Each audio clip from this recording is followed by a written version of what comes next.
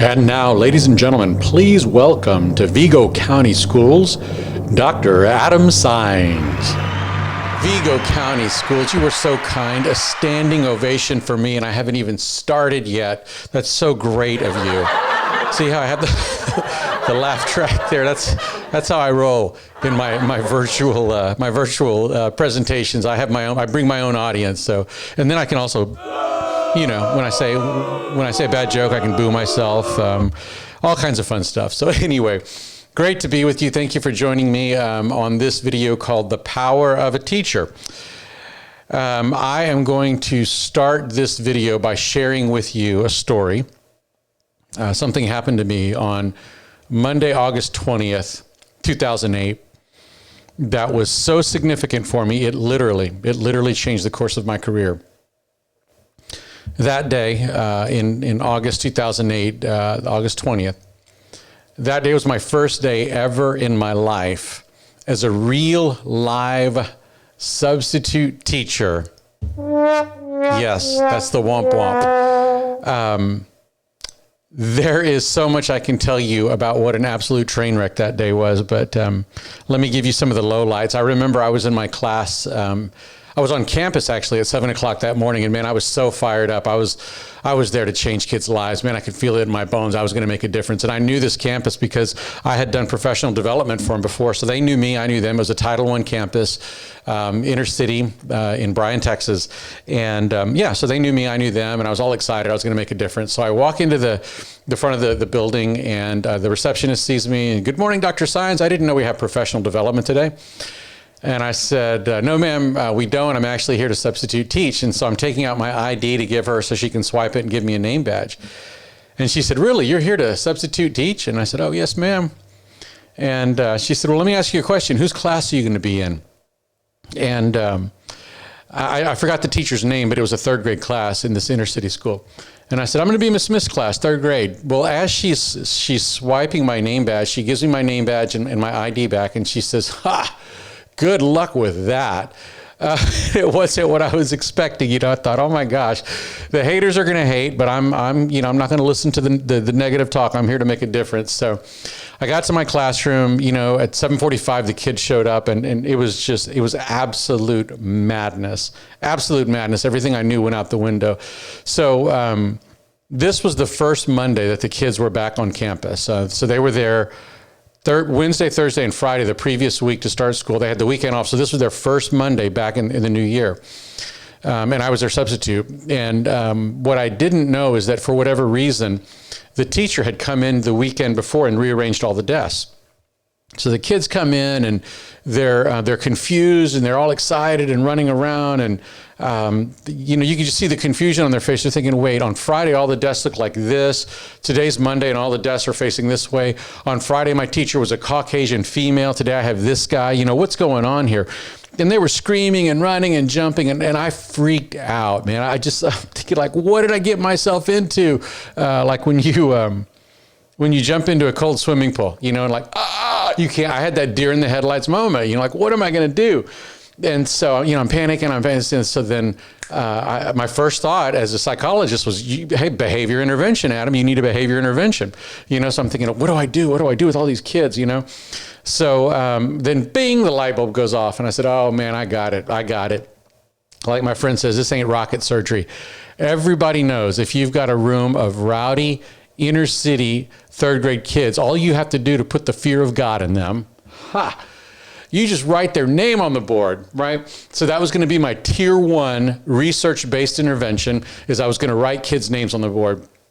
And I said, you know what, man, I know that not all kids respond to tier 1 interventions. So for those kids who do not have the fear of God put in them when I write their name on the board, you know what tier 2 is going to be? Check mark, baby. I'm going to give them a check mark and they will be done, right? So that was it, man. I was armed with my research-based intervention, and this kid got up and he threw a book across the room. And I said, son, what are you doing? Yes, you threw a book across the room. I saw you do it. Yes, you did. I saw you. Stop lying to me. You did too.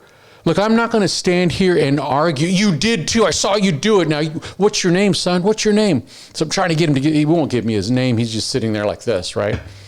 So So I said, all right. So I looked over across the room. I said, hey, your little friend over there, what's his name? What is his name?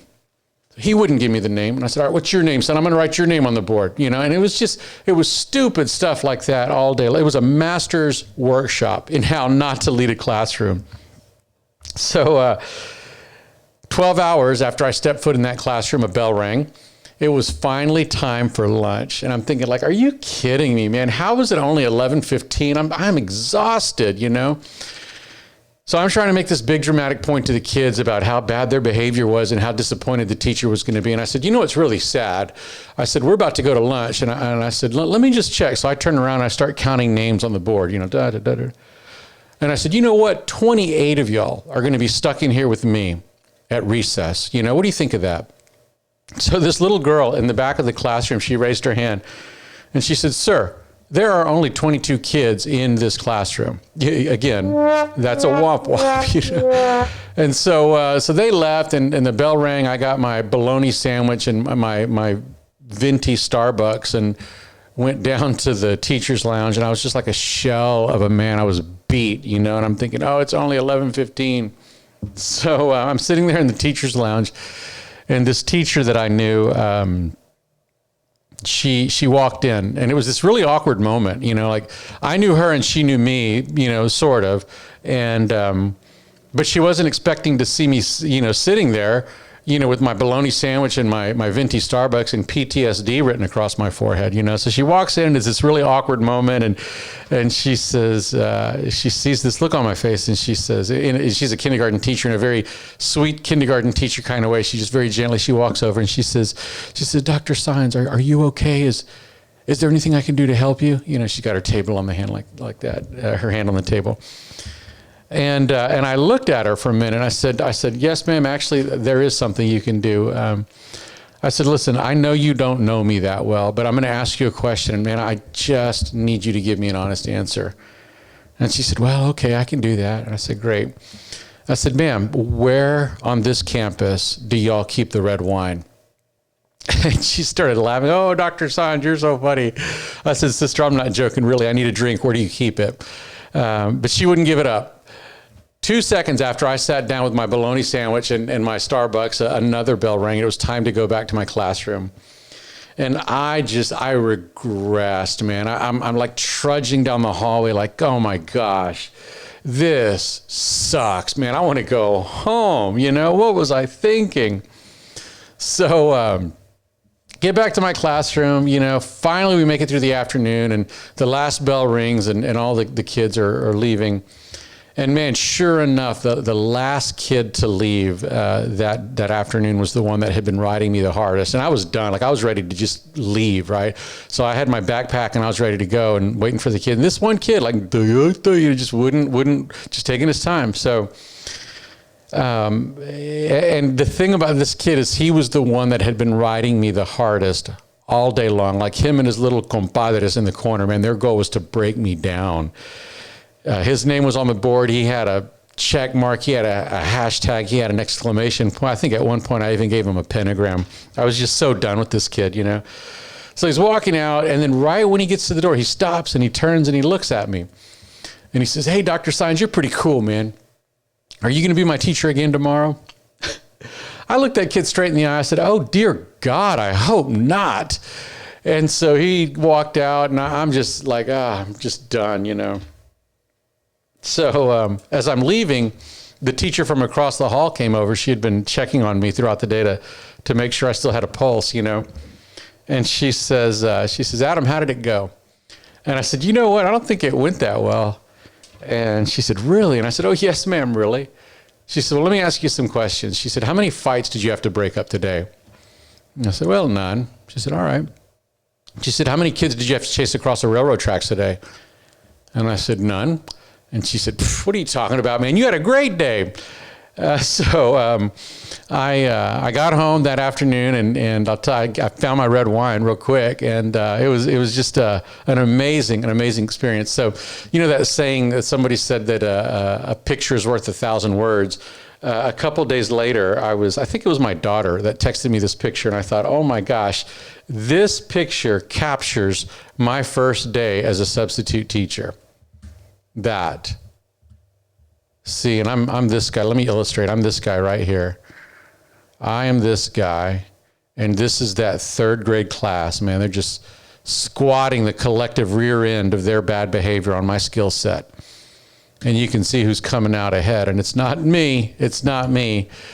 So that was it. That was my first day as a substitute teacher, and it literally changed the course of my career.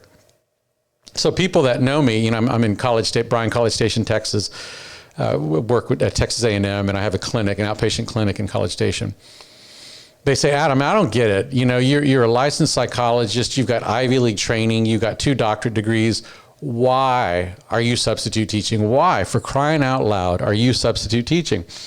And I'll tell you why I substitute teach. It all started in 2001, which was my first year as a school psychologist. And man, I was right out of graduate school and just ready to change the world, younger and more energy and ready to change the world. So part of what I did as a school psychologist was this thing called consultation. And that is, hey, Dr. Saenz, we've got these students. We've tried everything. Nothing's worked. Can you come in and observe and just tell us what to do to be academically or behaviorally successful? So I would come in and I would observe the student in the classroom and on playgrounds, and I would interview teachers and interview parents and give some tests maybe. And after all of that, I would write a report with some recommendations. And then we'd come back to a meeting. We'd sit down like at an ARD meeting, and I'd hand out my report and I'd say, okay, if we're going to be successful with this kid, everybody open up to the last page. Let's read my recommendations.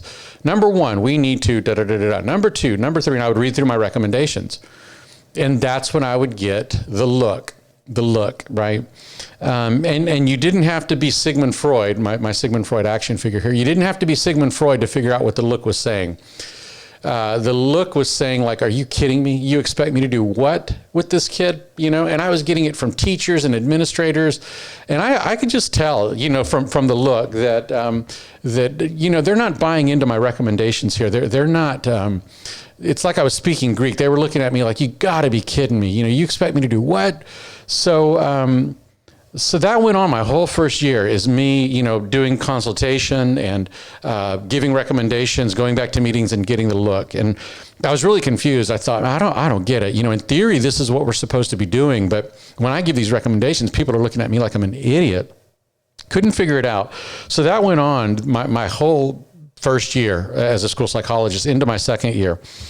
And, I thought, well, maybe it's because I'm new. I don't know what I'm doing, whatever, Well, into my second year, I was in the spring semester, I was working with this one teacher at the high school who was, let's just say she was very comfortable speaking her mind. I'll put it that way, right? So she's got this kid in her classroom and tried everything, nothing's worked. Can you come in and consult and give me recommendations? I said, yeah, sure. So I do my thing. Observe the student, watch him in the hallway, watch him in the classroom, talk to the parents, talk to the teachers, send out a few surveys. And then after all that, we go to our meeting. I say, if we're going to be successful, let's look at my recommendations, open up to the last page. I start reading through them. I'm getting the look as typical. People are looking at me like I'm an idiot. But this one teacher, man, her eyes were burning a hole in my forehead. As we say in Spanish, me estaba dando mal de ojo. Man, she was giving me the stink eye, And I could feel it, man. I could just feel the hate radiating from this woman. It was really, really uncomfortable. So I'm thinking, like, man, as soon as I'm done, I'm out of here. I'm just going to give my recommendations and I'm going to leave. So I gave my recommendations. And I was done, and I was the last person to present at this meeting. And so when I was done, everybody got up and they started going for the door. So I couldn't get out. They bottlenecked at the door, and I got stuck in the back of the pack. But that teacher stayed seated there, and so I'm like, she's just staring at me, So everybody's leaving, and it's just me and her in the room, and I'm about to put my hand on the doorknob to leave, right?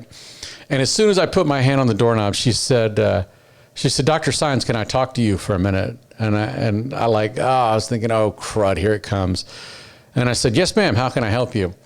And she said, I just have one question I want to ask you. And I mean, I don't know how, but as soon as she said, I have one question I want to ask you, I knew, I don't know how, but I knew what she was going to ask me. So I had my answer ready. So I said, yes, ma'am, what's your question? And she said, have you ever in your life taught in a classroom? And, like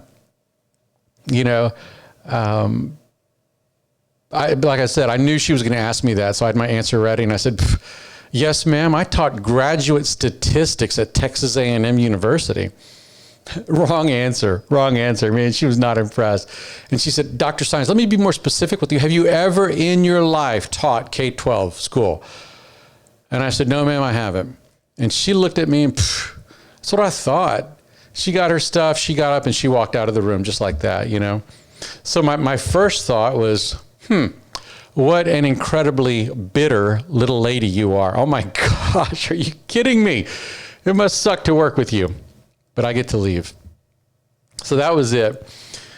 But in the days that rolled by after that ill-fated meeting, after I got over my wounded ego, I started thinking about it and I thought, you know what, Adam, not only is that a fair question, that's an essential question for a guy like you that's going around telling teachers how to do their job, And I started thinking about it, like, what if I'm that guy, the guy with the PhD, the ivory tower academic, everything in theory about what we're supposed to be doing with kids, but you have no idea what it's like to be in a classroom.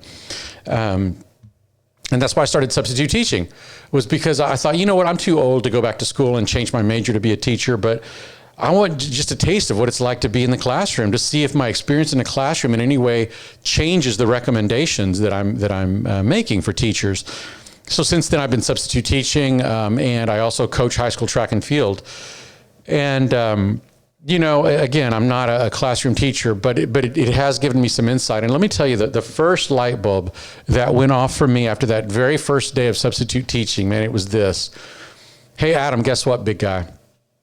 It doesn't matter how many degrees you have.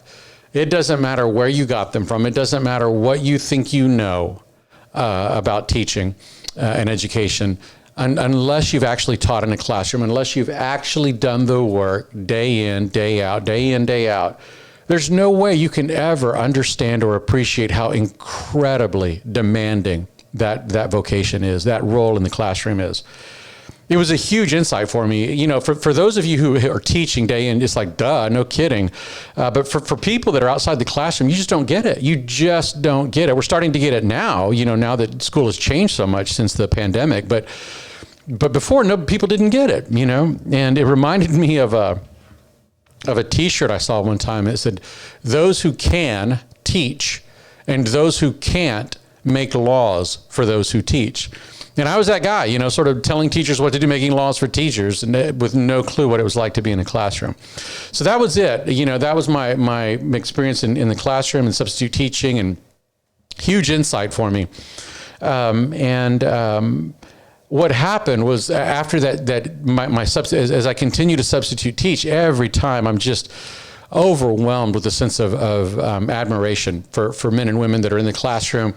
I'm talking about like from PPCD, preschool kids, all the way up, 18-year-old and beyond, just doing an absolutely phenomenal job, with young men and women of all shapes and sizes. But what happened around 2008 was that feeling of admiration shifted to one of curiosity. And I thought, man, how do you get good? How do you get good at that thing called being a classroom teacher, number one. And then number two, how do you get good at it and stay good at it? When data show that about half the teachers working in schools now will be employed in another profession in 5 years. So that was really some of my question was, how do you get good and how do you be sustainable, specifically in that role as a classroom teacher, or educator? And I thought, man, I'm really fascinated by the question, but I'm not qualified to answer the question. I'm not a C&I guy. I don't know anything about curriculum instruction. I'm not an educational leadership guy. I've never, been an administrator, never had a campus. I don't know anything about pedagogy. I know a little bit about classroom management, but I'm not qualified to answer the question, about how do you get good at being a teacher and then what makes you sustainable. So I felt stuck, I thought, man, this seems like a really compelling question, but I'm not qualified to answer. So I just wallowed in that, for about 2 or 3 months, just thinking like, this is bothering me, but I'm not qualified. So then finally, I was just thinking about it, and I thought, well, hold on, Adam. You might be qualified here. You have a PhD in psychology. You're a licensed psychologist. You have a doctorate of ministry in pastoral counseling. You're ordained clergy. That's your angle. That's your angle. Why don't you investigate the psychological variables that drive vocational satisfaction? And then why don't you investigate the spiritual or existential variables that drive vocational satisfaction, broadly speaking, and then distill that to the world of an educator? And I started thinking, I think that might be doable. I'm certainly qualified to answer those questions. So I started doing research around 2008, looking at what are the psychological variables that drive vocational satisfaction? What are the spiritual or existential variables that drive vocational satisfaction? And then how do I distill that to the world of an educator? And basically what I found is this, that no matter what I do, whether I am a banker, a plumber, a lawyer, a welder, a tradesman, a psychologist, an educator, no matter what I do, if I'm going to do what I do well, number one, and then do it sustainably, number two things have to be true of me. Here's the first thing. Number one, I have to understand that what I'm doing is not just a job. A job is just a basic agreement to swap labor for a paycheck. I also have to understand that what I'm doing, it's not just a career. A career is just a job with advancement opportunities. But if I'm going to do what I do well and do it sustainably, there has to be some sense of calling for me in what I'm doing, some sense of calling. And so when we talk about our vocation, there's what we do, there's how we do it, there's when we do it, there's where we do it. But calling is about why. Why are we doing what we're doing? And that's the core question there, is why am I doing it? That's the essence of calling. So let me explain how this idea of calling plays out in the life of the average teacher. So, one thing that cracks me up is I can always tell a first year teacher on the first day of school. How is that? Well, it's like this. Her hair is perfect. Her makeup is perfect. Her outfit is cute. And she's teaching kids like her hair's on fire, man, just going. It's awesome. And you say, first year teacher right there, just killing it, right? Well, if you're lucky, first year teacher, if you're lucky, you'll make it to the first week of October, maybe, and you'll look at your watch and you'll say, oh, good Lord, is it Thanksgiving yet? I'm so done, right? Thanksgiving rolls around, you get off from work, you sit down at the Thanksgiving table and you say this, I can't figure out why I can't stop eating, right? 5 days and 6 pounds later, you go back to your campus and you say, oh my gosh, I got just enough juice in me to get me to winter break. Well, winter break rolls around. You get off work on Friday and you look back at Thanksgiving and you say, oh no, I overate. I overate at Thanksgiving. I'm not going to overeat again. I'm going to drink. So the first thing you do when you get home is you open a bottle of wine, you pour yourself a glass of wine, you sit down. Wait, I said wine. You're a first year teacher. You have $60,000 worth of student loan debt. You can't afford a bottle of wine. You're going to twist the cap off of 40 of Mickey's. That's what you're going to do. So you're going to sit down, twist the cap off of 40 of Mickey's, wrap it in a brown paper bag, sit down on the sofa. You got your 40 of Mickey's, remote control, a box of tissues, and 2 weeks of the Lifetime Network, right? Watching old Gilmore Girls or something like that. Well, January rolls around. You awaken out of a drunken stupor. You get to your campus and you say, oh man, I've got just enough juice to get me to spring break. Well, by the time spring break rolls around, man, you're too tired to eat. You're too tired to drink. All you want to do is sleep. And so you say, you know what? I'm going to start my spring break with a 10-minute nap. Get home from work on Friday. You lay down for your 10-minute nap. Next thing you know, your alarm clock is going off. You're late for work 10 days later. You slept through spring break. You wake up in the panic. You look in the mirror and you say, hair, makeup, ain't nobody got time for that. You roll out, you go to school, and by now, man, you're wearing sweatpants and a pair of chanclas, for crying out loud. So you say, I got just enough juice in me to get me through April when my kids take that test, a date with destiny. Well, by the time May rolls around, man, you're in full-blown zombie mode. Like you're just, right? You're not even speaking in complete sentences. You're showing up to work now in curlers and a muumuu. You've got a little trickle of blood out of the corner of your mouth. What is that blood? It's that student. You tried everything and nothing worked. I finally just ate him, man. I didn't even know what else to do. So there you are in zombie mode in May, and the only thing that's going to snap you out of zombie mode in May is you're going to walk into the teacher's lounge. You're going to find your mailbox. You're going to look in the mailbox there. There's going to be a piece of paper, and you're going to look at it, and it's going to say Vigo County Schools. It's going to have your name on it, and you're going to read it, and then you're going to rub your eyes like that. Oh my gosh, I can't believe it. They renewed my contract. I didn't get fired, right? So, man, now you're all excited. You're snapped out of zombie mode. You got a job next year. You didn't get run off. And so you come back for year 2. You're excited. You're rocking and rolling, the kids, the curriculum, your lesson plans, your colleagues, the building, the parent, all of that, right? So you take on a little more responsibility. Year 3, you're writing curriculum, your department head, whatever it might be. Well, right around year 4 or year 5, you're going to have what I call the Dunkin' Donuts moment. So back in my day, there was this old Dunkin' Donuts commercial, and this guy would wake up at some ungodly hour, and he would say this, "Time to make the donuts," right? And it's just this idea like, oh, man, I'm not feeling it. This sucks. I don't want to be here. And I'll tell you, in Texas, when we have our Dunkin' Donuts moment, it will be... it'll be the last week of January. It almost invariably, maybe the first week of February, but it's usually the last week of January. Temperature drops to 28 degrees, which is apocalyptic by Texas standards. So we see that number 28, man, and we start praying in Jesus' holy name for a snow day. Like, oh my gosh, let it happen, right? Like my mom says, aprenda la vela. You light a candle, you do whatever, man, because I need that snow day. I'm done. Well, so then you go home and you turn on the Weather Channel and you look at that banner on the bottom of that ribbon of schools that are being canceled and everybody's getting canceled, and you're like, come on, lucky 7, right? Well, not Vigo County. Oh, no. We're here for the children, children first. And you're like, I just want a freaking snow day, right? I'm done with this. So you get in your car and, man, it's lame, and you show up to your campus and you're like this, and then you park in your parking lot, and then you're just stuck. You're stuck in your parking lot in your car, and you're thinking, man, I don't want to be here. I get blamed for things that aren't my fault. I don't get credit for things that I do well. I don't get paid enough. I work long hours. I'm underappreciated. I'm overworked.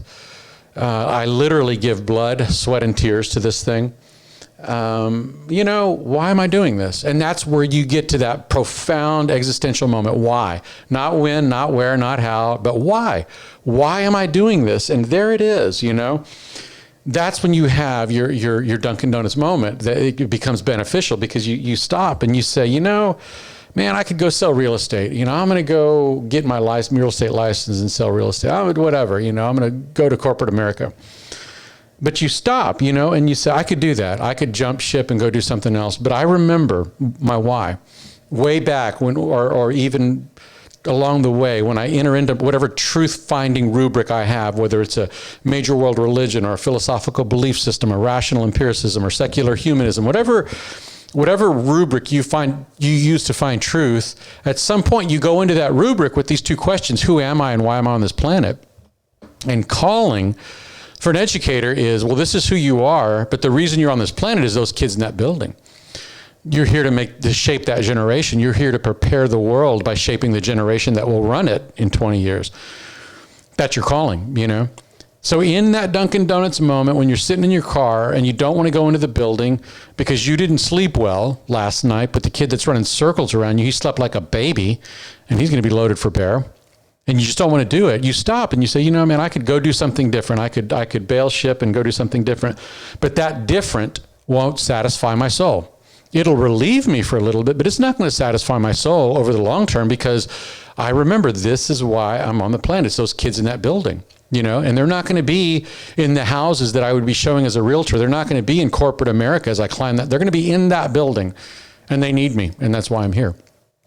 So that's the first thing, when I think about how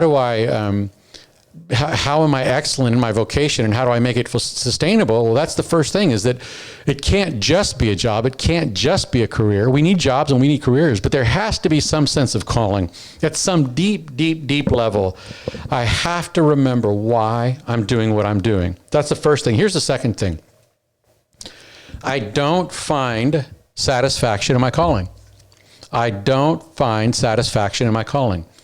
Instead, I find satisfaction in my life, and I take satisfaction to my calling. I take satisfaction to my calling. So let me explain what I mean by that. This idea that I'm not looking to my calling to satisfy me, but I'm taking satisfaction to my calling. Another way to say that is that I'm practicing well-being. I'm taking care of myself. So we can think of our lives as a wheel, and each spoke represents a major area. And me taking care of myself means that I'm being a good steward of my emotions, my finances, my spirit, my body, and my occupation. So this is me living my A game. That's me being a good steward of my life so that I can take satisfaction to my calling. This is me living my C- life, right? This is me barely getting by, not really taking care of myself, my emotions, my finances, my spirit, my body, and my occupation. And what I know as a licensed psychologist is that these wheels represent two completely different people. If I'm the green wheel, my cup is always half full. I call these people the life givers. If I'm the red wheel, my cup is always half empty, and I call them the life suckers. So life givers out here, life suckers in here. Let me explain what I mean by that. Let's say I'm the red wheel here. These I call these people the Eeyores of life. Winnie the Pooh. Always something wrong, man. Always something to complain about. Nothing's ever right. And when they get something good, it's never enough. Just right. And that's the person that if you give them $100 bill, they're going to say, great, now I have to go to the bank to get change. I'm probably going to have a flat tire on the way to the bank. And, when I get out to change the flat, I'm going to get hit by a truck and I'm going to get killed. So thanks for this $100 death certificate you just gave me. Life suckers, man. Nobody wants to be around a freaking life sucker. And a life sucker enters into any relationship saying, gimme, gimme, gimme. I'm not doing well. What's in it for me? What's in it for me, students? What's in it for me, administrators? What's in it for me, parents? What's in it for me, world? It's all about me. It's like a rake. Everything comes this way, and no matter what I get, it's never going to be enough. That's a life sucker. Nobody wants to be around a life sucker.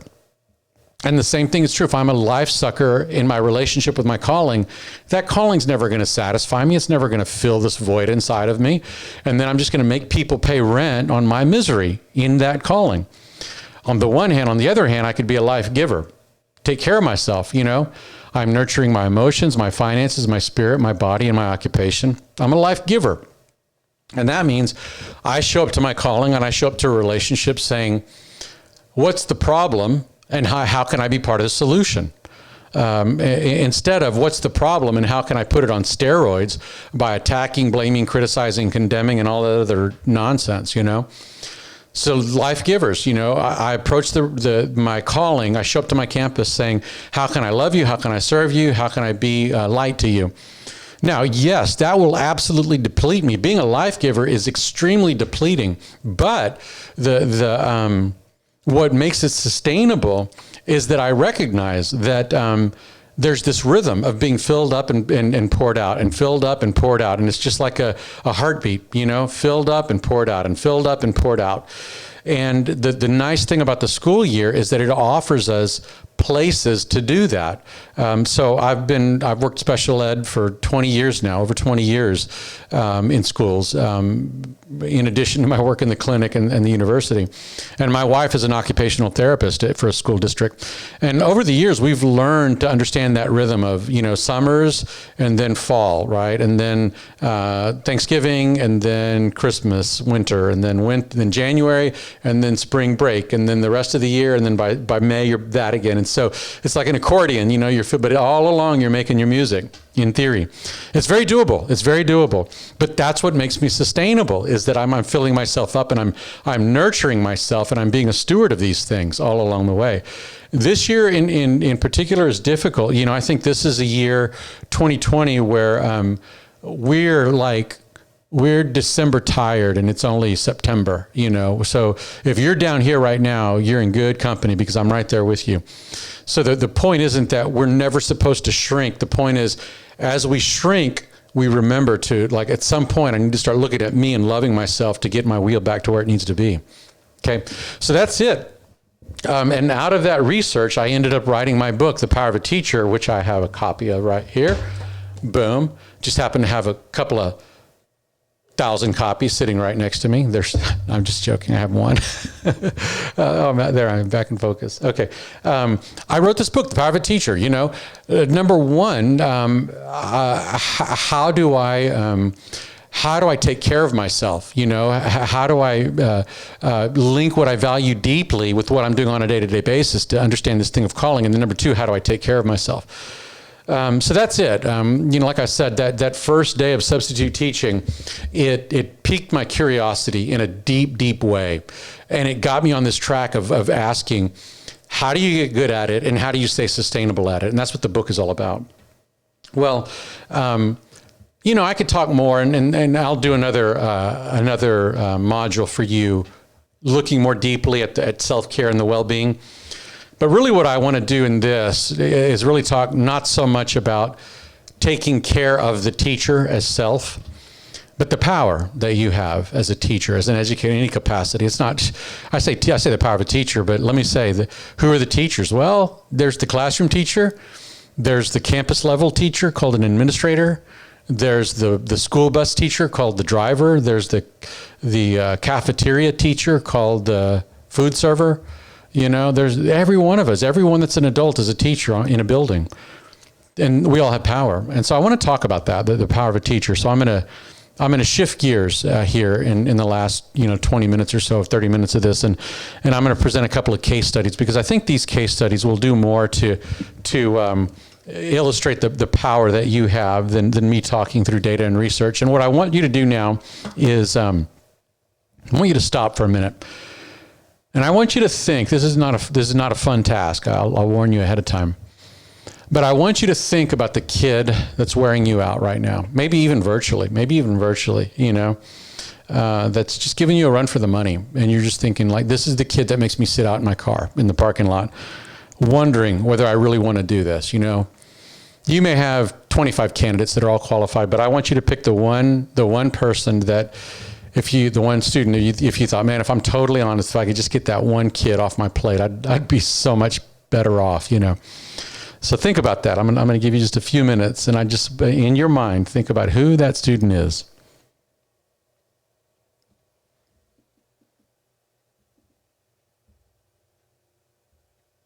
Okay. So you've got that student in mind. Put a sticky note on that student. We're going to come back to that student. I'm going to introduce you to a couple of students now that might remind you of that student. These are real kids. The boy on the left, this is a 6th grader named Lou. The girl on the right is a 4th grader. Her name's Maya. I have parental consent to talk about these real kids, real cases. And as I talk about them, there are 2 questions I'm going to be coming back to. Number 1, do you care about me? And number 2, can I make my own rules? Man, there is so much psychology packed into those 2 questions. But let me just break it down this way and say this. Anytime you have a leader-follower dynamic in any capacity, whether it is a teacher with students in a classroom, administrators with teachers on a campus, a coach with athletes, a boss with employees, parents with kids at home, anytime there's a designated leader and designated followers, for the follower, following is about surrendering control. So if you're going to lead me, leader, I have to surrender control to you for you to lead. And surrendering control can be a very scary prospect, especially for some of the kids that we work with, because they've been through so much trauma that letting go is totally unnatural to them. They live very tight, rigid lives. So listen, leader, before I give you this precious jewel called control of my life, I need to know 2 things about you. Number 1, do you care about me? And number 2, can I make my own rules? Because first of all, if I don't believe that you care about me, why would I ever surrender control to you? That's just not going to happen. You're not going to get control of my life if I can't trust you, if I don't believe that you care about me. Number 1. And number 2, even after I know that you care about me, even after I know that I can trust you, can I make the rules or are you going to make the rules? Are you going to be in charge or am I going to be in charge? And what that means is if I surrender control and you start leading me, are you strong enough and competent enough as a leader to get me where you say you want to take me? Or can I rise up and just start making my own rules and throw you off your game? Who's really going to be in control here? So that's it. Those two questions drive any kind of leader-follower dynamic. Do you care about me, and can I make my own rules? And I'm going to be coming back to these two questions as I talk through my case study. So let's get back to that first kid. 6th grade, Latino male. He comes from a low socioeconomic home. Single, uninvolved parent. History of truancy. Interaction with the legal system. He's got mental illness. He's using street drugs to self-medicate. This kid right here, man, it's bad news. You know, you want to make a difference in his life, absolutely. And so you show up ready to go. But the bad news, man, is that he's at a point where he just doesn't care about anything. You don't have a stick that's sweet enough or juicy enough to get his attention. There's no reward that he cares about that you're going to offer him. He doesn't care about your stickers or your token economy or your social praise. More bad news. You don't have a stick. The carrots aren't going to work, but you don't have a stick that's big enough to scare him into compliance. Suspend him, expel him, whatever. You know, one kid told me, man, I hope y'all expel me or suspend me. Last time y'all suspended me, my mom picked me up. We went to McDonald's. I got ice cream. I got to go home and watch cartoons. Man, it was a paid vacation, so go for it. So that's it. You have the student. You really, really, really want to help, but you just don't have tools. You just don't have the tools that are going to motivate him.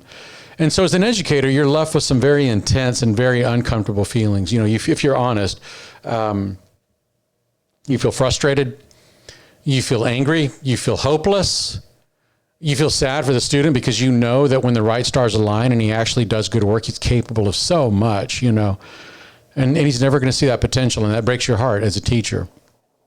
All of these intense and uncomfortable feelings are coming up. And it's difficult. And I'll tell you, man, if you have this student in your class and this student does not wear you out, and make you sit out in your car wondering why you're doing what you're doing, I would say one of two things is true of you. Either you are a superhero / saint, or you're in denial. You're in denial because this kid's a lot, you know, and absolutely. And as I describe this student, my guess is that he probably reminds you of the young man or the young woman that I just asked you to think about. I get that. And I don't blame you for not liking the student. I don't blame you for not wanting to be around the student. I don't blame you for wishing the student were out of your classroom. I get it, man. I really, really do get it. Believe me. Well, this student is not in 6th grade anymore. Of all things, this little stinker grew up and he became a licensed psychologist, and that's what he looks like today. Yep, I was that little stinker. I was that guy. So what I want to do to encourage you is I'm going to share my story with you that I hope will inspire you at some level to remind you that what you do matters. We'll pick up my story on the first day of 6th grade. The setting is the early 1980s. The location is the lower Rio Grande Valley of Texas, the very southern tip of Texas, right? Like 30 miles from the border of Mexico, mostly Latino, mostly Spanish speaking. There are about 3,145 counties in the United States. This was the fifth poorest per capita. So that's the setting. I remember walking up to school on the first day of 6th grade, and I saw this teacher standing at the front door. And I knew him. I'd never had him before, but I knew him. I didn't like him. His last name started with T, and we called him Mr. T because he was like Mr. T from the A-Team, you know, to date myself even further. Clubber Lang, I pity the fool, right? Big bad dude. And so I see Mr. T, and he was Caucasian, by the way, so just for me, it made it richer to call him Mr. T. So I'm walking up to school. I see Mr. T, you know, and he's staring at me and I'm staring at him, and I'm thinking, you know what? I don't even want to do this with you. Not today, not on the first day of school, because two things I knew about Mr. T, and I'd never had him, but the word on the street was like, with Mr. T, you didn't make the rules. With Mr. T, they were his rules, and if you broke them, no matter who you were, you knew you were going to get a consequence. He was going to break you down, right? Second thing we knew about Mr. T was that he didn't care about us. What he cared about was compliance. That's what he cared about, but he didn't care about us. And I knew that about him, you know, word on the street. And I didn't even like the guy. So walking up to school, and I'm thinking, no, I don't want to deal with you, not today. So I turn and start going that way. Well, he turns and he follows me, you know, and I'm going to try to go around the school. Well, he follows me, and he walks up to me, and And he says, stop right there, young man. He holds out his hand. Stop right there, young man. He said, listen, I want you to, I know who you are. I know who your name is Lou Sines. I know everything about you. I talked to your teachers from last year. I know you gave them a run for the money. I know you're using drugs. I know you're skipping school. I know your mom's not involved in your life. I know your older brother's about to drop out of high school. I know everything about you. I know everything about you.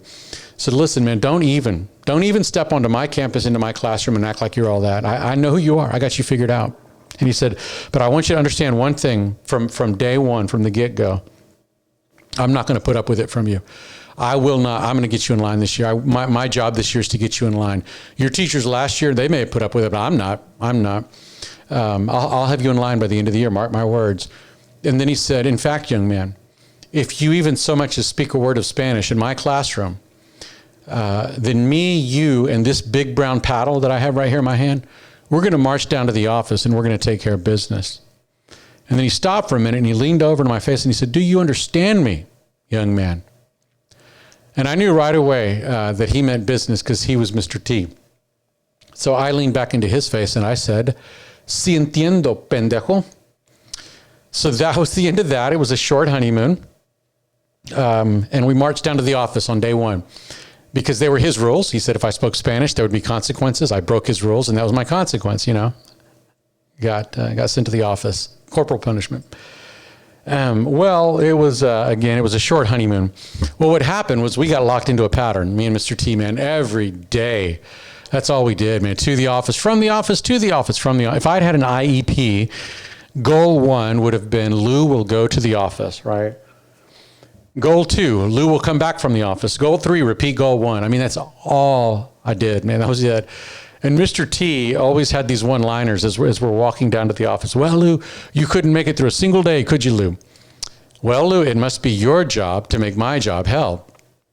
On and on. You know, it was a beat down. And it wasn't just at school, it was at home too. You know, my mom was she was a single parent mom and trying to do the best she could, but just out of her league, just ill-equipped, not able, and not doing a good job.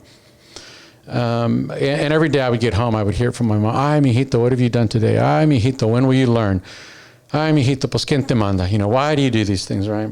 Well, 3 things happened that year that were particularly difficult for me. The first thing, it's a long story, but 2 of my friends went to go buy some drugs, and there was a shootout, and my friends were murdered. And the very next day, there I was back on my campus, you know, to the office, from the office. Couldn't make it through a single day, could you, Lou? Well, the second thing that happened that was related to that is that a group of young men broke into my home, and they restrained me, and they sexually assaulted my cousin. And for a number of reasons, I couldn't talk about it. But the very next day, there I was back on my campus, to the office, from the office. You know, Lou, it must be your job to make my job hell. Well, the third thing that happened that year is that I was arrested for possession. And man, I'll never forget the look on my mom's face when she walked into juvenile to pick me up. I mean, just the anger in her face. And the first words out of her mouth were, "What are you doing here? What are you doing here?" You know? And it wasn't a question of action. Well, I'm sitting in this chair with these handcuffs digging into my wrist. That's not, she wasn't asking that. It was a question of identity. And I remember thinking, like, are you kidding me? What an absolutely stupid question to ask me. What am I doing here? I know who I am. I'm Lou Sines. It's my job to make your life hell. I'm never going to learn. I can't make it through a single day. What am I doing? Where else would I be? Where else would I be? Well, Child Protective Services was never involved with my family, but my mom could read the writing on the wall, and she knew that, you know, I had an older brother that was at risk of dropping out of high school, and things didn't look good for me as a 6th grader. So she voluntarily relinquished parental rights, and I went to live with this family several hundred miles away in what was then this tiny rice farming town out in the sticks, a suburb of Houston, called Katy, Texas. And man, I rolled into Katy, and it was culture shock. I grew up in a place that was mostly Latino, and I was the token brown boy there. Nobody spoke Spanish. Nobody dressed the way I dressed. Nobody listened to my music. I mean, it was just absolute culture shock. I'd never seen so many pickup trucks in my life, you know. And I said, you know what? I'm good though. I'm good, because all I know is that none of these teachers know any of those teachers back home. None of these kids know any of those kids back home. And man, I couldn't score a joint in Katy, Texas to save my life. There was just no trouble to be found out in the rice paddy. So I did pretty well at Katy Junior High and Katy High School. The family that I live with, they love me really well. But by my senior year, my depression kicked back in, because the family that I live with, they said, listen, we love you, but when you're 18, you're on your own. It's up to you. You need to figure this out. And I was terrified, because I thought, oh gosh, no, like when you take all this away from me, all this structure, I'm done. I'm done. I knew I was done. I knew that I had demons that were just waiting to get their claws back into me. What I know now as a psychologist looking back is that we can change a child's environment, and that can be helpful. This external stuff can be helpful. But if that child has stuff on the inside they've never dealt with, then it's just a matter of time before that stuff bubbles up.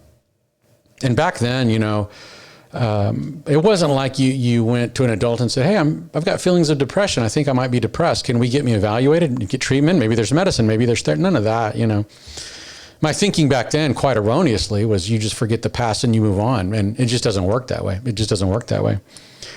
So sure enough, man, I graduated from Katy High School, and that's when the bottom fell out. I ended up in San Antonio. I was working as a dishwasher at a fast food restaurant. I didn't own much. I was living in a tiny, like an efficiency behind a house. Tiny room. It had a shower and a sink. And working as a dishwasher, and I didn't own much. I had like a suitcase with some clothes. I had a pillow, a sleeping bag, and a box of journals. And that box of journals was my prized possession, because I had learned all the way back in 6th grade that between the covers of a journal, that was my only safe place in the world. And I had learned to use journaling as a therapy tool, kind of on my own. And I remember coming home from work one morning. It was 3 a.m. I closed the restaurant and was really, really depressed. And it was 3 a.m. and I got to my apartment, my little efficiency. And I said, man, I'm overwhelmed. I need to write some thoughts out. So I laid out my sleeping bag on the floor and reached into my journal box to pull out my journal. And as I looked into the box, I saw these pieces of paper that I didn't know what they were. And I was blown away at what I found. They were letters that had been written to me by 2 of my teachers my senior year at Katy High School.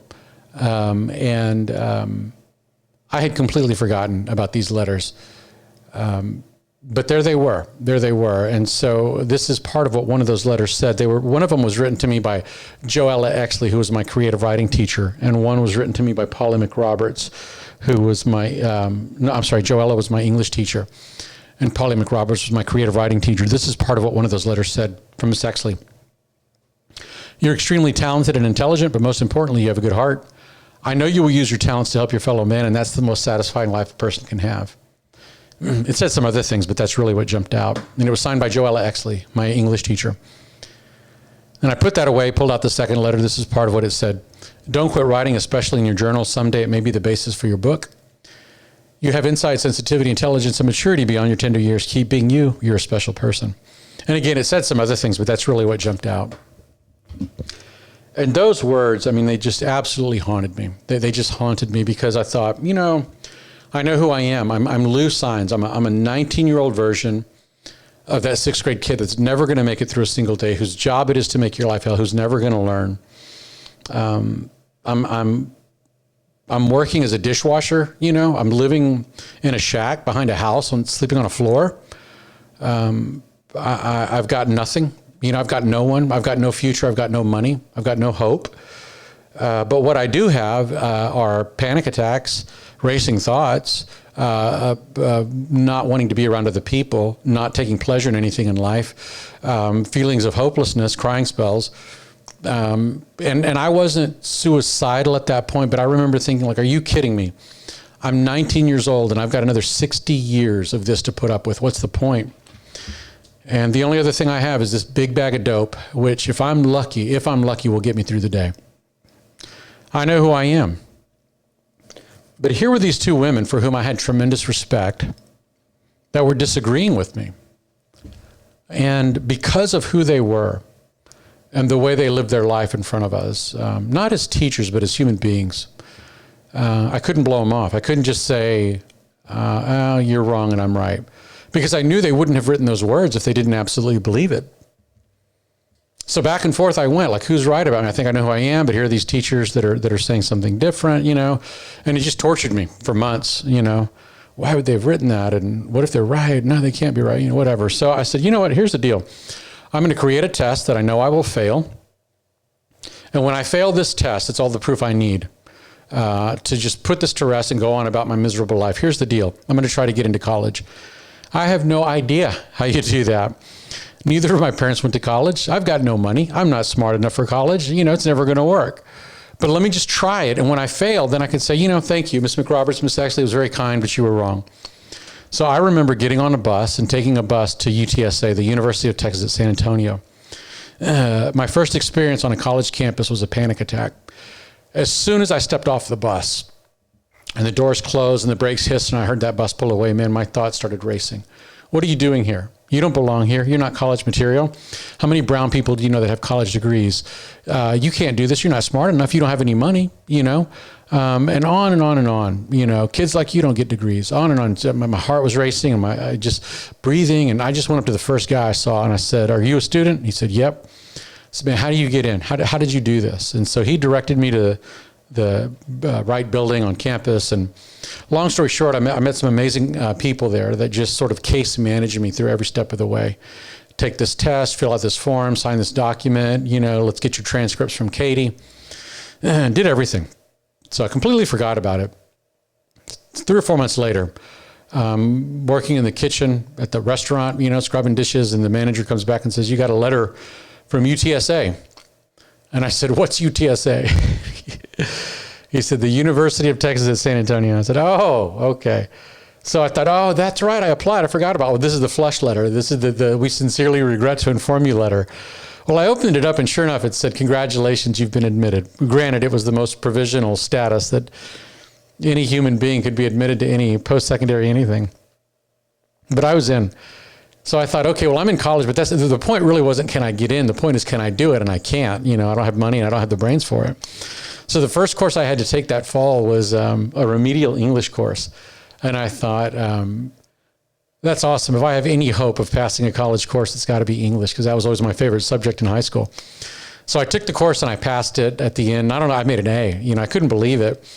And I earned my first college credit. And then I remember at the end of the semester thinking, what if, man, what if Mrs. McRoberts and Mrs. Exley were right and you were wrong? What if? I wasn't saying they were, but I was just open to the possibility that maybe they were right, you know? And I was closed off to that idea. So I said, you know what? Maybe they were right, but man, this could have been a clerical error for all I know. I should probably take another course. So I took another one that spring and I passed it. And I started thinking, okay, that's 2, you know, but I've got a long way to go. And then I took some that summer and I just kept going back a little at a time, a little at a time, a little at a time. And then just before I turned 27 years old, I got this. I have it right here. I graduated with my undergraduate degree from UTSA in English. Just before I turned 27, there it is, Bachelor of Arts in English. And by then I was in my late 20s, and I said, you know what? They were right about you, and you were wrong. You're the one that had been wrong all along. They saw something in you that you couldn't see in yourself. And that's really when I said, that's it, you know? I'm done being Lou. I'm done being that kid whose job it is to make your life hell, who's never going to learn, who can't make it through a single day. And then just psychologically, as a way to give myself permission to be somebody else, I said, you know what? I'm going to start going by my first name now. My name is Adam Lewis Sines. I'm going to start being Adam now. So, you know, you'll see here on the book, it says Adam L. Let me let that focus in there. Adam L. Sines. The L stands for Lewis, and I'd always been Lou. And I said, man, I'm done being Lou. I'm done being Lou. I'm going to be Adam from now on. Maybe Adam can live this life that those teachers saw in him so many years ago.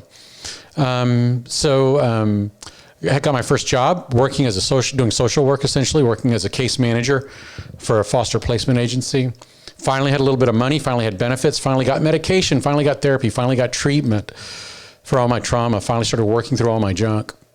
And realized, finally realized that, all the trauma that I experienced as a child, it wasn't my fault. But the rest of my life moving forward, that's all on me. I can't blame anybody for my future. There's no point in blaming anybody for my past, including myself. But when I think ahead, I'm the only person that I have to blame. I have to own my life moving forward. It was huge. It was terrifying, but it was huge.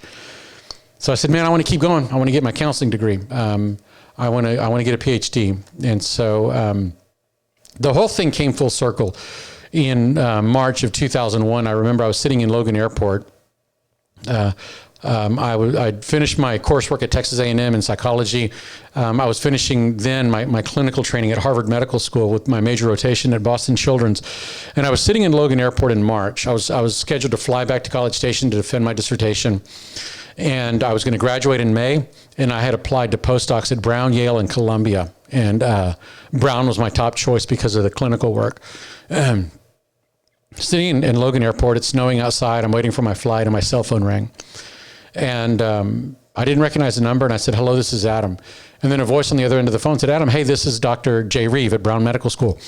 Listen, I'm calling to let you know that we got your application. We enjoyed our interview with you, and I'm wanting to offer you a postdoc here at Brown. And I was thrilled, right? I mean, this was my top choice. So he's telling me about the position, the clinical work, the research, and I'm all excited. Well, as he's talking about the position, I had a call coming in. I didn't recognize the area code. And I said, Dr. Reeve, I'm so sorry to ask, but do you mind if I put you on hold? I've got a call coming in, and I think I need to get it. And he said, yeah, sure, no problem. So I clicked over, and I said, hello, this is Adam. And then a voice on the other end said, hey, Adam, this is Dr. Chuck Sanislow at Yale Medical School. Listen, we got your paperwork. We enjoyed our interview with you. I'm calling to offer you a postdoc here at Yale. And I said, man, I got Brown on the other line. Let me call you back. Click. And I clicked over, and I took the position at Brown. And then after I hung up, I was sort of like, I did a double take. Like, my jaw was on the floor. Like, did I just hang up on Yale because I had Brown on the other line? And that's when it finally hit me. That's when I knew, like, Adam, I think you can write your own ticket at this point. You're qualified to do what you love to do, which is practice psychology at any hospital, any university, any school district in the country. And you're bilingual, for crying out loud. So you just decide where you want to go, and I bet you they'll make a place for you. And I think for anyone, to have a professional moment where you realize that your skill set is that valuable, it's a landmark moment. But when you grow up doing without, it's surreal. It's just surreal. You just don't. There's no context in which you can create understanding of the moment. And I realized in that moment, man, I wouldn't have these opportunities right now if I didn't have a PhD in psychology. And I never would have had the courage to apply for a PhD if I hadn't finished my master's. And I never could have applied for a master's if I hadn't finished that undergrad in English. And I'm just here to tell you that I know that I never, ever would have stepped out to be anything more than that 19-year-old young man struggling with mental illness. Had educators not spoken truth into my life. And I say this all the time, I'm deeply grateful for the opportunities that my education has afforded me. But education did not change my life. Educators did. It was men and women like you who 35 years ago could have looked at a kid like me and said, you know what, man, they don't pay me enough. They don't pay me enough to put up with a kid like that. I'm not this boy's mama. Why are you making me parent this kid? And they would have been exactly right, man. They didn't get paid up to enough to put up with a kid like me. But by God's grace, man, they said, if not me, then who? And if not now, then when? And my life was forever changed by their work. So I'm deeply, deeply indebted to Miss McRoberts and Miss Exley and a handful of other teachers I had at Katy. And if you ever happen to be in Katy, Texas, for any reason, and you're driving down Westheimer Parkway, you're going to see this building, and that's Joella Exley Elementary. So proud of Katy for honoring her. And if you're ever driving down Franz Road, you're going to see this building, and that's Polly McRoberts Elementary. Amazing, amazing women. Give me 7 more minutes. I'm going to talk about the second case study, and then we'll conclude here. So let's go back. Let's talk about this other youngster here. This was Maya Chavez. And when I look at that picture of Maya, her smile does not convince me. And when I think about who she was when this picture was taken, I think, man, what does this little kid have to smile about? She had been in the custody of protective services for 2 years already in her young life as a fourth grader. She had experienced things that no human being should ever have to experience, let alone a little girl. And we sit her down in front of a camera and tell her to say cheese. I mean, what's there to smile about? Well, what happens with kids that grow up in chaotic families, whether protective services is involved or not, is that they develop a base layer of emotion.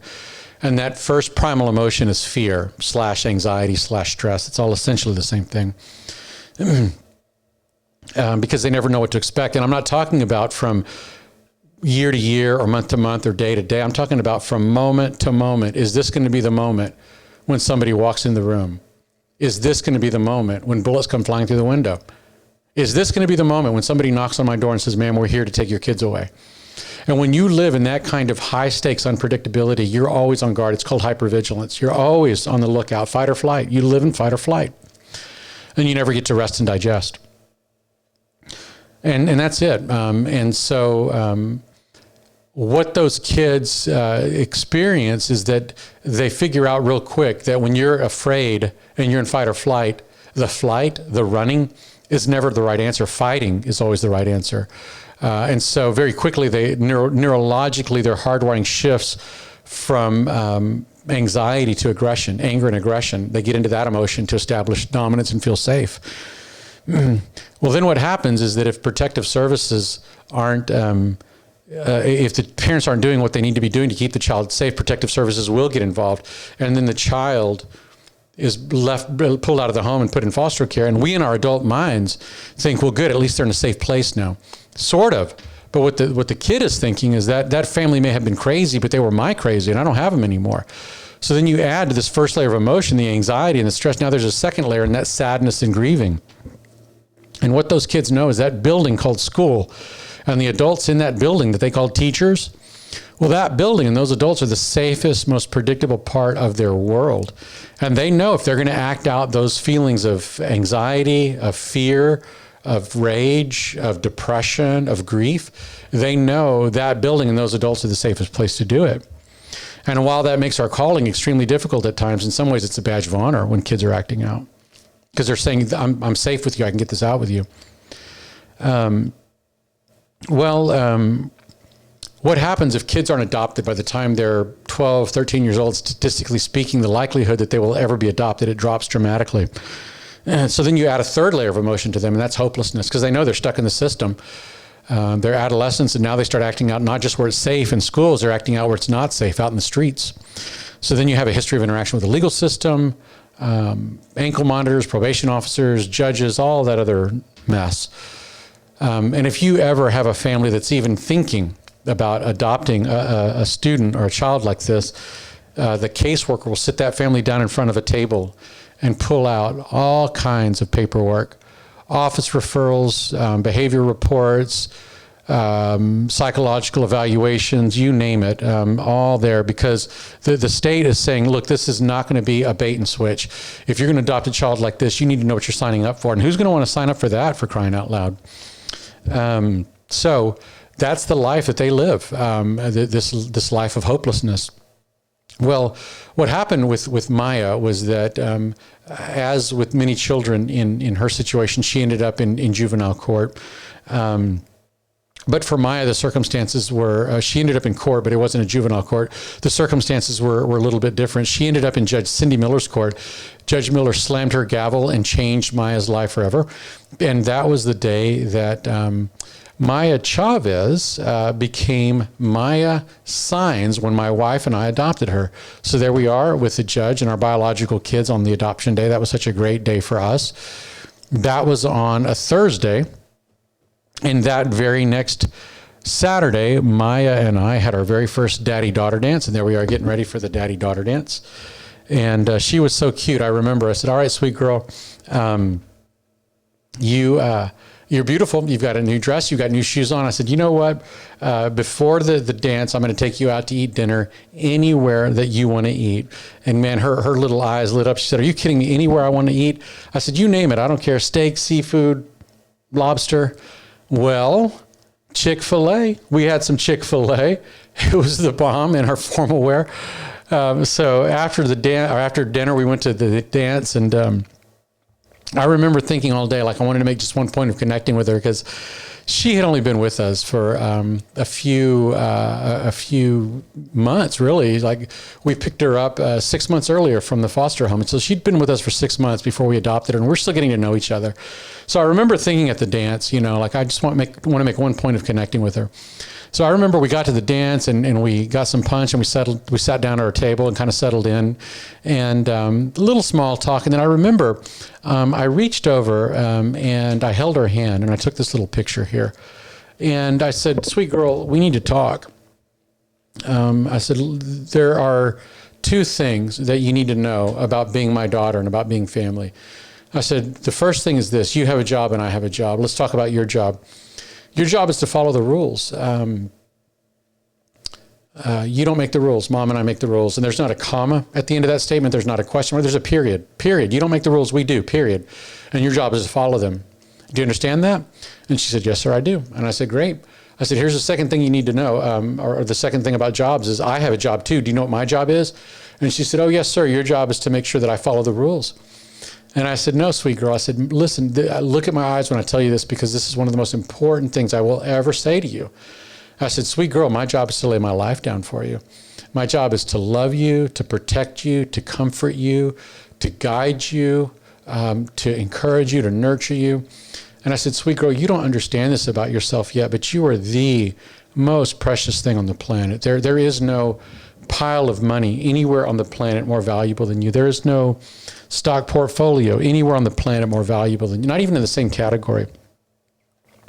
And my job is to lay my life down for you so that you will understand your value, because once you understand your value, you will live as though your choices matter. You will know that you were not a mistake. Just like me, you are here for a reason. You have a calling, you have a purpose, you have a destiny." And I said, "Listen, I get something. You're going to push us and test us. Do they really, really mean it when they say they love me? You're going to push us and test us. Do they really, really mean it when they say that they make the rules and I don't?" And I said, "That's going to make me angry. It's going to frustrate me. But I want you to understand one thing right now. There is nothing you could ever do that will ever separate you from my love for you. We will never be separated in love. I will always be here for you. I'm not going anywhere." And I said, "My trust, I don't give that away. You have to earn it. But my love is a gift. All you have to do is receive it." And then I remember in a moment of incredible insight, she looked at me and she said, "Dad, I don't think I've ever been loved that way before." And I smiled and I said, "Oh, sweet girl, believe it or not, I know exactly how you feel." I said, "Let me tell you a story about a kid I used to know. His name was Lou." And I shared my story with her, just as I've sort of shared it with you right now.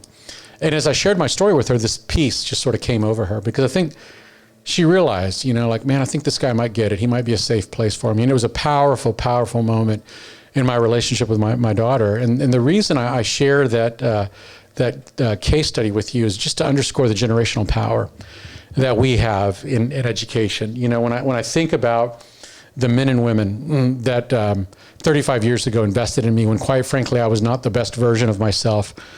How do I look at a girl like this and not give her a chance, and not bring her into my heart? That's the generational power that we have when we make a difference in a child's life. So let me share some more pictures, and I'll sort of wind down with this. My wife and I have been married actually celebrated our 25th wedding anniversary this year. And this is what our kids look like in 2002. There's my daughter, Alisa, my son, Isaiah here, and this is my youngest son, Andrew. And this is what my kids look like in 2008. There's my son, Isaiah, on the left, my daughter, Alisa, and there's my son, Andrew. And this is what my kids look like in 2010. There's Alisa on top, Isaiah up here. This is Andrew, and there's my daughter, Maya. This is about 2015. That was on campus at Texas A&M. There we are. And that's Thanksgiving 2019. And I'll tell you what, we are a blessed family. So that's it. Here's what I want to do to conclude this session. I want you to close your eyes. Close your eyes, and I want you to think back to the kid that I asked you to think about. Listen, I don't judge you. I don't blame you for not liking that student, for wanting that student out of your classroom. I get it, man. I really do. No judgment at all. But let me, as you think about that student, let me just speak to you on behalf of that child. Think about that child, and I want you to just listen to these words that I have for you. And as I read these words, maybe you'd like to Close your eyes and just think about that young man or that young woman.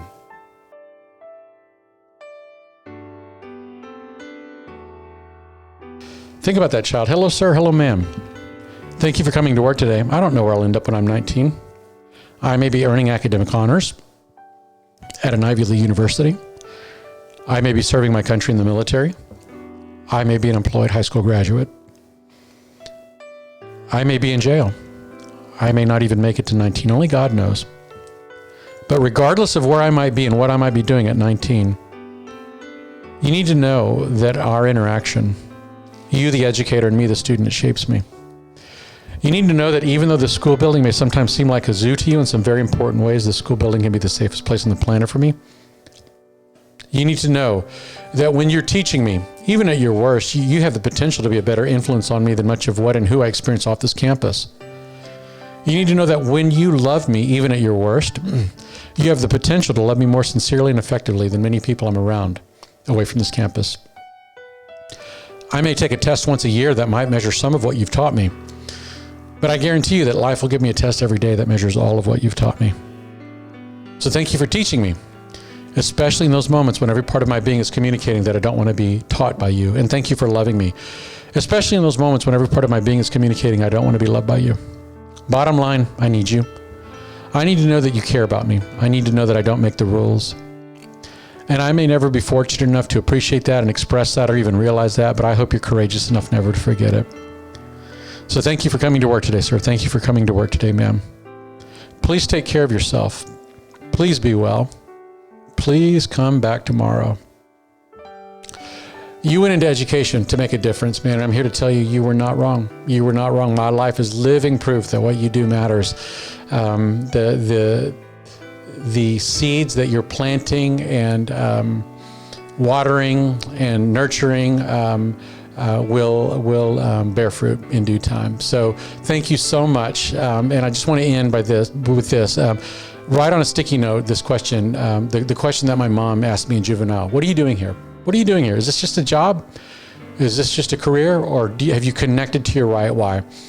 And I will answer the same question, and I'll end with this. What am I doing here? You know, by God's grace, I know who I am today. My name is Dr. Adam Lewis Sines, and I'm here today because my life was impacted by the power of a teacher. Thank you so much.